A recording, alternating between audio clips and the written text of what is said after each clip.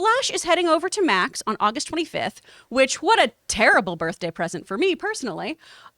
You guys know this. I don't want to beat a dead horse here. I was not a big fan of this movie, but I know a lot of people did enjoy it. It definitely didn't perform, though, as well as people hoped. And I think we all can agree on that part, at least.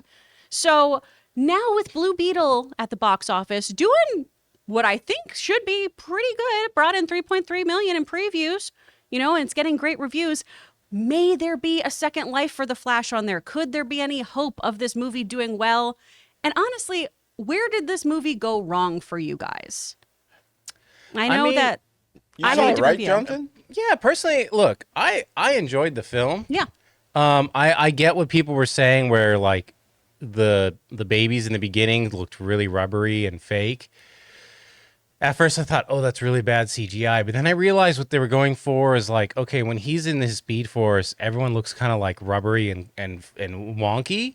But to your point, they should have gone further with it because it looked a little too uncanny. But if they went further with it, maybe give him some vibrations or something like that, then you'd be like, okay, people look weird when he's time dilating or whatever. You know what I mean? Exactly. That's just a CGI kind of like point there.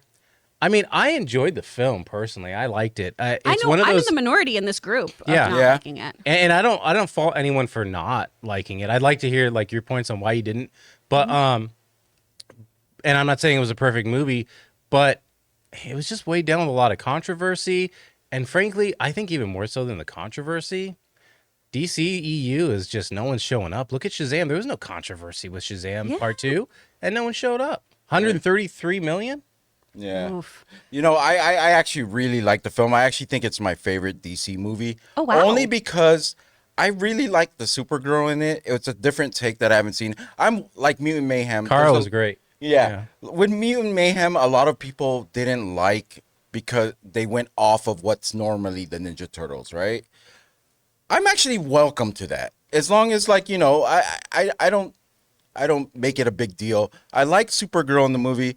I do like the way they play Flash. The actor plays Flash. It's different to me because I watch a lot of the animated series and films. So, and Michael Keaton, of course. He actually put it over the top for me. I love the way they brought him back. I like the movie. I'm not sure if I'm actually going to watch it again, though, which is weird. It's my favorite DC film.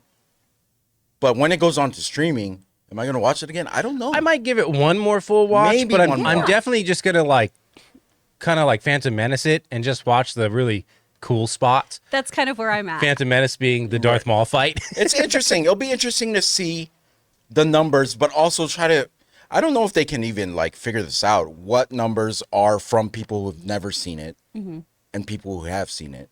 I'm pretty sure there's a lot of people that probably watch it that haven't seen it yet. Yeah. Yeah. But it's not Of course. going to do Max any good. I mean, the money that's going into Max is the money that's going into Max, whether it does great or not. Exactly. I certainly don't think this is going to add to the subscriber base. I don't think that's No. going to really move But the you know needle. what? It gives me a good idea. It falls on your birthday, right? It's close. I'm the 28th. And what day is it? What day is your So birthday? my birthday is the 28th, which is yeah, Monday. but yeah. But what day does it fall on? August 28th.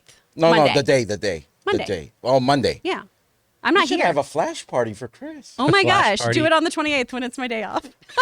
Just make sure you got the right flash. Wow, I'm going to put in so much work and you're not going to be here. No, don't do that. I'm going to make a flash cake. We're going to I'm make a flash universal. party and Rob's going to walk in and be like, hello, what's going on here? Well, I heard we're having a flash party. Hey, So kid, how's it trench. going? I came in my trench coat. And then Ray's going to be like, no, a trench. No. We have though seen a lot of movies get that second life on streaming where an audience finds it. But I think to your point, Jonathan, too, is even if people did like this movie, which again, I'm in the minority in this room. For me, I just wish they leaned more into that humor that Barry had every now and then. I loved when things got weird. I loved when there was like the conversation about time travel with the roommates. I thought that was so fun, and I wish we got more of that. And I wish they let it just be a weird, funny kind of buddy cop movie almost, instead of this pressure that it felt the studio put on it Yeah. of this is the best movie ever, this is the heart of DC, all these things that everyone kept saying, the executives kept saying, because it just put too much pressure on what the movie should have been instead of what it is. A lighter Here's- movie. Here's a Yeah. big secret for you. The most disappointing thing that happened at CinemaCon was when Logan said, it was okay, right? What do you say? He is. Because me and Logan is Chris's husband, fiance. When the guy who loves Crystal Skull says a movie's okay, you better run. And you know what's funny? You two are very in tune about your movie we taste. are so in sync. And when we came out of that theater and we weren't, my heart was broken a little bit. I was like, Logan. You could hear glass break. I'm actually looking forward to watching Crystal Skull the first time because Logan likes it. And I'm still going to watch it because Logan likes it. Okay. I feel here's here's an interesting thing about that. You might actually like Crystal Skull, I and think this I is will. why, because he has no nostalgia for the other films. This is very true. So I actually want you to watch it, and I would love to hear from someone who has no nostalgia. Well, okay, you saw the latest one. Right. But, Yeah. And that's my no favorite nostalgia one. for at least the first three. Okay? I want a full review on Crystal Skull from you, mister. You know, Heck yes. that last one is my favorite one that I bought the action figure of old Harrison old Ford. Indy? This is old man Harrison Ford right here. You didn't have to drink the blood of Kali.